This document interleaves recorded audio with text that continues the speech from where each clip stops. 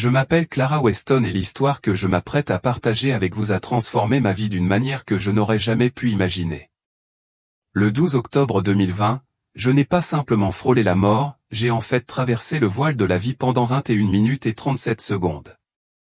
Au cours de cette brève période, mais qui a changé ma vie, j'ai reçu une révélation divine de Jésus-Christ lui-même. Il m'a révélé des vérités sur la marque de la bête, des vérités qui ne sont rien de moins que choquantes, et il m'a ordonné de les partager avec le monde. Ce que j'ai appris pendant cette période remettra en question tout ce que vous pensez savoir sur le monde dans lequel nous vivons. Mais avant de plonger dans les incroyables révélations que j'ai reçues, je dois vous ramener au début, au moment qui m'a conduit à cette expérience extraordinaire. C'était un dimanche matin frais, le genre de matin qui promet quelque chose de spécial, et il a commencé comme n'importe quel autre jour. L'air d'automne était frais et rafraîchissant, porteur des premiers murmures de l'automne, tandis que les feuilles dorées tourbillonnaient joyeusement dans la brise. J'étais en route pour le baptême de ma petite fille, un jour que j'attendais avec impatience depuis des semaines. L'église Saint-Gabriel était mon foyer spirituel depuis plus de 30 ans et je connaissais chaque détour d'au coude l'âne qui m'y conduisait. C'était un itinéraire familier, en conduisant, je suis passé devant la vieille ferme Thompson, sa grange patinée par le temps se dressait fièrement, rappelant des temps plus simples. Je me souviens avoir pensé à quel point le temps était parfait pour une occasion aussi bénie. Le ciel était d'un bleu éclatant, le soleil chaud mais pas trop, et mon cœur débordait de joie, sachant que bientôt ma petite fille serait accueillie dans le giron de la famille de Dieu. La veille au soir, j'avais passé des heures à préparer une Bible familiale spéciale pour lui offrir un cadeau inscrit avec des versets sur la fidélité de Dieu à travers les générations. Je ne savais pas alors à quel point ces versets deviendraient prophétiques.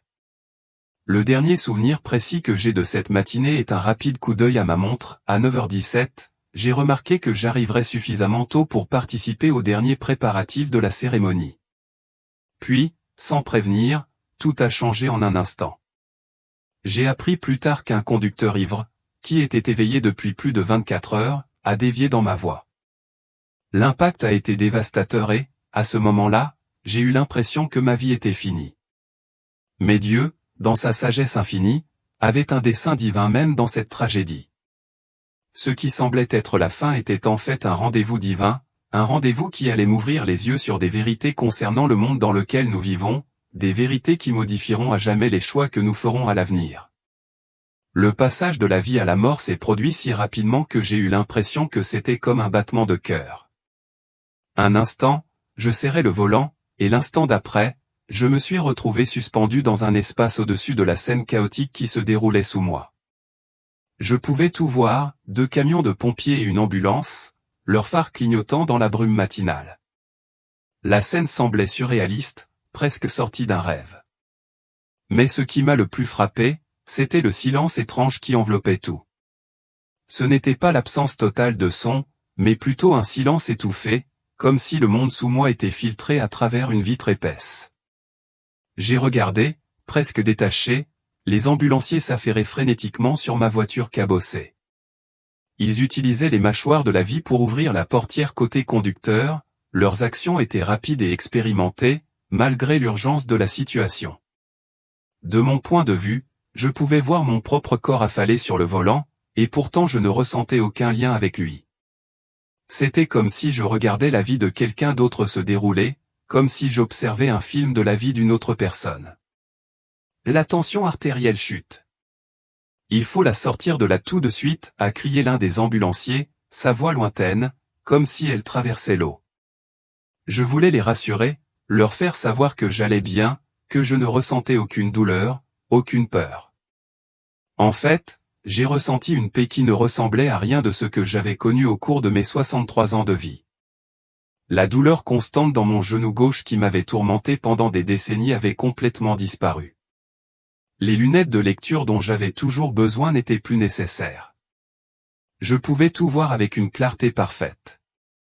Alors que je continuais à regarder la scène se dérouler, quelque chose d'extraordinaire s'est produit. Le temps lui-même semblait se plier et s'étirer d'une manière que je n'avais jamais connue. Je pouvais me concentrer sur des moments individuels, les étirer comme du caramel, vivre plusieurs minutes en ce qui me semblait être de simples secondes. dans ce silence, j'ai vu quelque chose de profondément émouvant, le cadeau de baptême de ma petite fille, la Bible de famille que j'avais si soigneusement emballée dans du papier blanc, semblait flotter dans l'air au ralenti. Elle a été éjectée du siège passager, ses pages voletant doucement comme les ailes d'une colombe avant de se poser dans l'herbe au bord de la route. Et puis, la lumière est arrivée. Elle a commencé comme un minuscule point brillant dans ce qui semblait être une direction ascendante bien que dans cet état, les directions terrestres semblaient dénuées de sens. La lumière a grandi, ou peut-être étais-je attiré vers elle, c'était impossible à dire.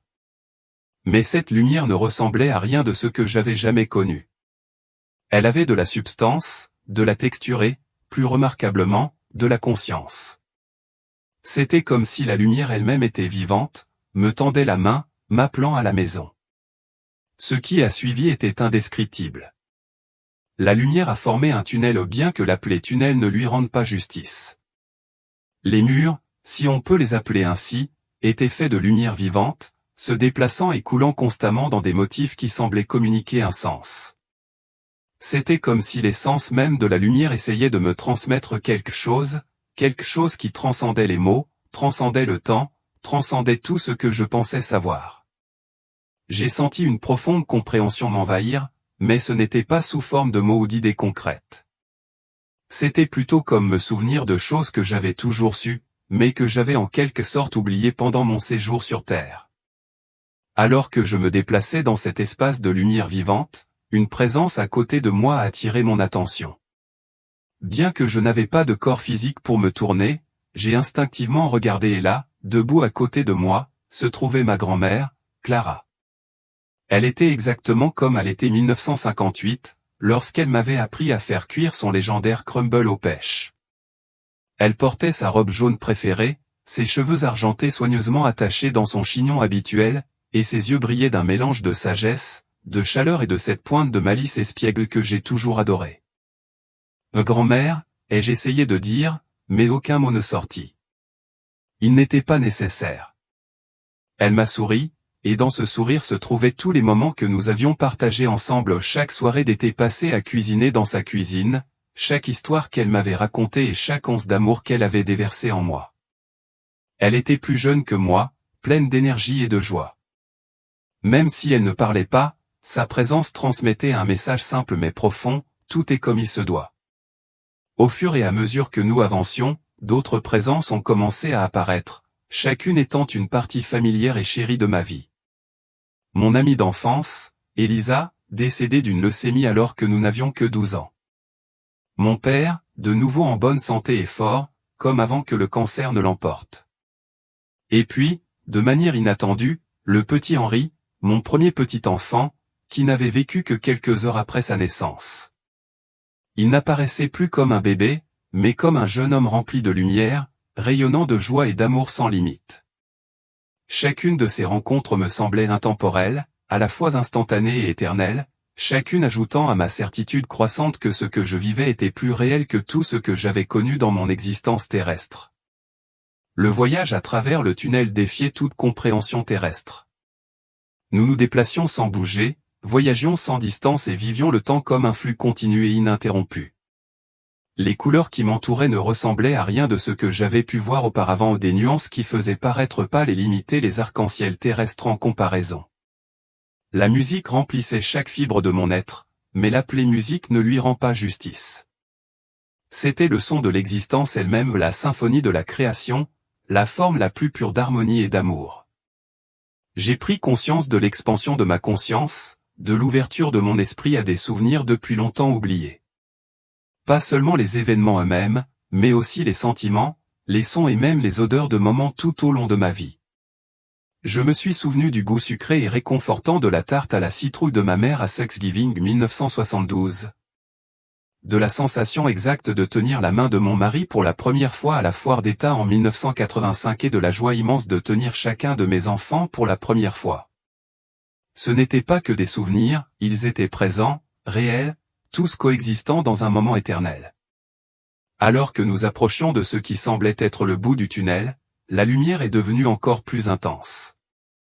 Mais plutôt que de me sentir dépassé, j'ai ressenti un profond sentiment de familiarité, comme si je retournais dans une maison dont je ne savais même pas que j'étais. L'espace s'est ouvert sur quelque chose qui défie toute description. C'était une étendue de dimensions infinies, au-delà de la compréhension de la géométrie et de la physique terrestre. C'était comme si toutes les réalités possibles existaient simultanément, mais tout était tissé ensemble en un tout parfait et harmonieux. Et puis, je l'ai vu.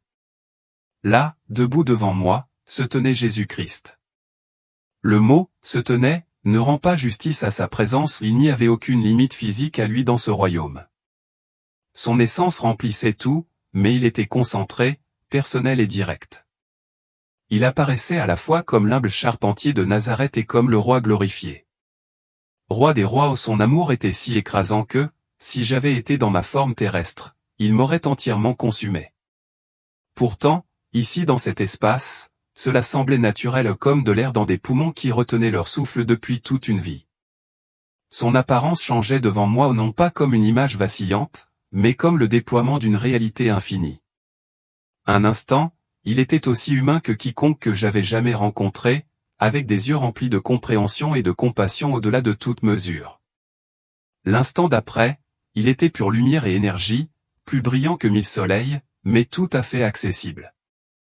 Les deux formes étaient également vraies, et également lui. J'ai compris que ma conscience terrestre limitée ne pouvait tout simplement pas saisir pleinement sa réalité totale. En sa présence, j'ai pris conscience de mon propre esprit d'une manière que je n'avais jamais comprise auparavant.